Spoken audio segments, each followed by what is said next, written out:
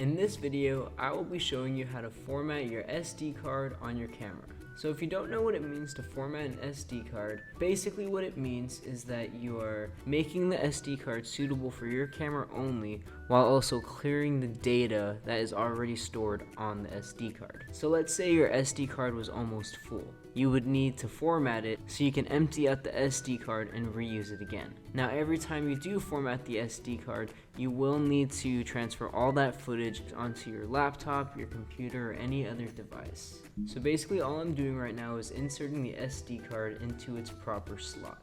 So now we need to turn on the camera and we need to go to the menu setting where you will navigate through the top icons, finding the yellow icon, and from there you will need to go to page 5.